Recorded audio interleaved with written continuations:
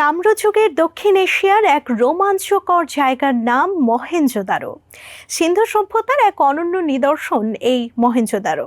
সিন্ধু সভ্যতায় গড়ে ওঠা বৃহত্তম নগর বসতিগুলোর মধ্যেও অন্যতম এই নগর। সে সময় সুষ্ঠু পরিকল্পনায় গড়ে তোলা নানা স্থাপত্য, পরিপাটি নিষ্কাশন ব্যবস্থা নিয়ে মহেঞ্জোদারো পাল্লা দিতে পারত আজকের যে কোনো বড় নগরীর সঙ্গে। বিশ্বের অন্যতম প্রাচীন এক শহর মহেঞ্জোদারো ১৯২২ সালে রাখালদাস বন্দ্যোপাধ্যায় নামে এক বাঙালির হাত ধরে পুনরায় সন্ধান মেলে এ নগরীর। এরপর ১৯৩০ সালে স্যার জন মার্শালের নেতৃত্বে এর খনন কার্য শুরু হয়। মহেঞ্জোদারো বর্তমান পাকিস্তানের সিন্ধু প্রদেশের লারকানা জেলায় অবস্থিত। এতদিন একে ৫,৫০০ বছরের পুরনো বলে মনে করা হলেও বর্তমানে এক গবেষণা প্রতিবেদন থেকে জানা যায় নগরটি প্রায় ৮,০০০ বছরের পুরনো। মহেঞ্জোদারো একটি সন্ধি শব্দ, যার অর্থ মৃতের পাহাড়।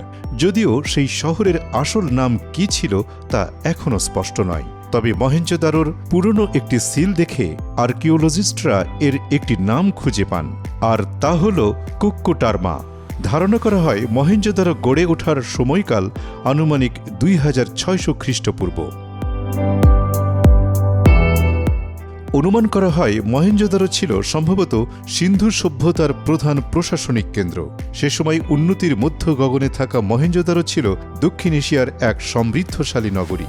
এই শহরের নগর পরিকল্পনা ও ইঞ্জিনিয়ারিং ব্যবস্থা ছিল অন্যান্য শহর থেকে অনেক এগিয়ে।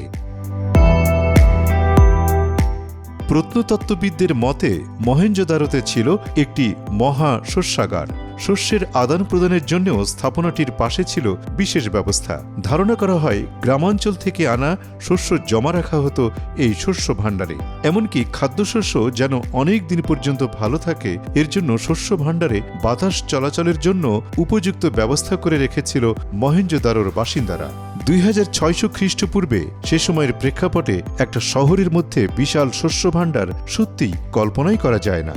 বিশেষ করে মহেঞ্জোদারোর এই শস্য ভাণ্ডারের নিখুঁত নকশা তাক লাগিয়ে দেওয়ার মতো।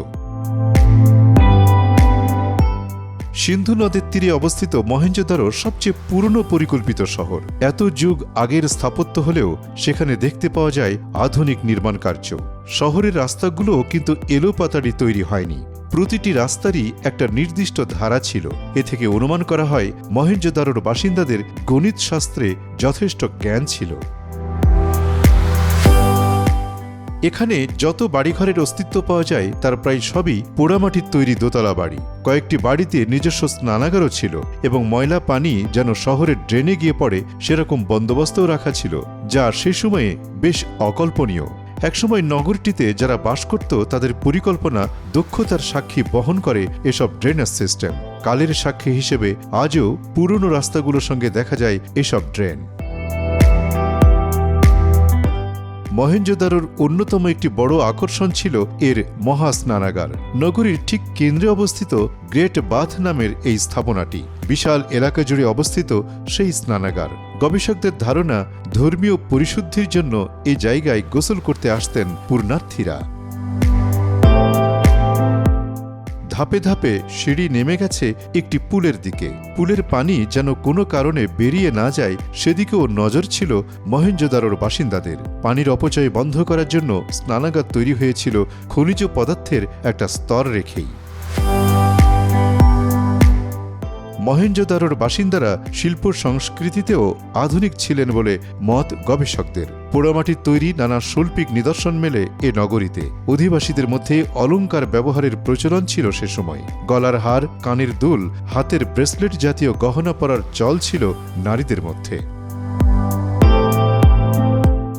এছাড়া গবেষকরা কিছু মিউজিক্যাল ইনস্ট্রুমেন্ট ও খেলনার সন্ধান পেয়েছেন সেখানে। ফলে ধারণা করা হয় সিন্ধু সভ্যতার মানুষেরা গান বাজনা ও খেলাধুলাও চর্চা করত। এছাড়া বিভিন্ন চিত্রকলা, মূর্তি, বিভিন্ন রকমের পাত্র এবং অন্যান্য দরকারি জিনিসপত্র পাওয়া যায়, যেগুলো দেশ বিদেশের বিভিন্ন সংগ্রহশালায় স্থান পেয়েছে।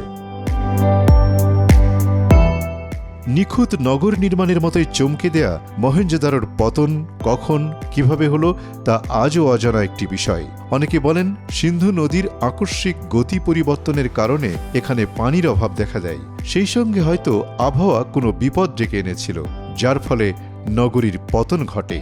তবে কোনো বড় ধরনের বন্যার জন্য সভ্যতার ধ্বংস হওয়ার যুক্তিও ধোপে টেকে না। তবে কেন মহেঞ্জোদারো জনমানবহীন হয়ে পড়ল, সেই রহস্যের সমাধান এখনও করা যায়নি।